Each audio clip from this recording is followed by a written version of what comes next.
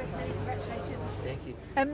You're looking unbeatable at the moment. I heard you mention just there that you made a couple of mistakes today, but we very rarely see them. What were the mistakes today? We saw one bit where you went wide, but the tyres were going off. Everyone was struggling at that point. Yeah.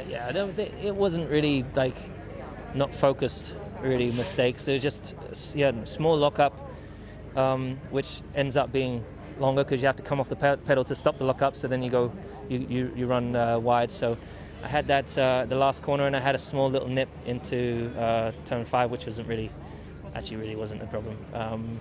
So otherwise, it was pretty good. I don't know how people feel about the start and the restart, but those two are really, really stressful. When you're in the lead, you're the one that controls the pace, and being able to catch the guy behind sleeping on the restart is not easy. But I managed to get a good gap from him, and then he had a huge toe. Luckily, I had a big enough gap to him going into Eau Rouge that he wasn't able to catch at the straight. The start was horrible because it doesn't matter how good your start is off the grid. When you come around turn 1, they're a car length behind you, and then they tow and slipstream you off into turn 5.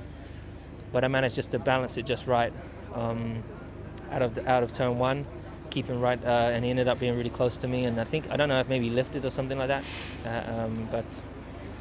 Yeah, this is really just remarkable what the team is doing and what we're doing together.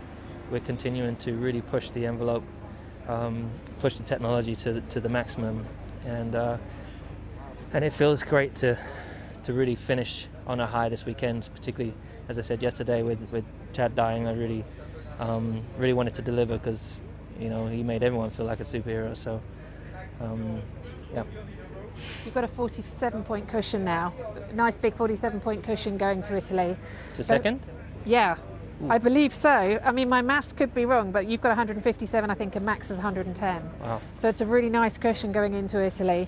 At the moment, Red Bull look like the only ones who can bring the challenge to you, but even they today struggled on the tyres at the end. Are you surprised that no one else has been able to try and do something to break into this lead you've got?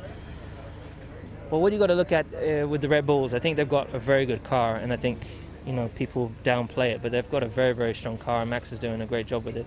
Unfortunately, both drivers aren't there, like me and Valtteri are there. That makes it harder for them. I've experienced it many years ago when I was at McLaren, and I was the driver that was always at the front and didn't have a teammate backing up, so you equally don't get the constructors' points, but then can't play strategy on the cars that you're racing against. So they've got that, so he's kind of there on his own. And I mean, today it's really tires, everyone's doing a one-stop. This one-stop whole thing really is boring.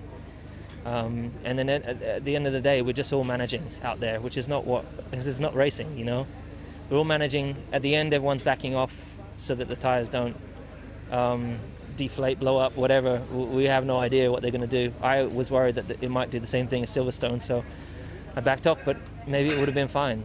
But it was too big a risk to take because I had the lead.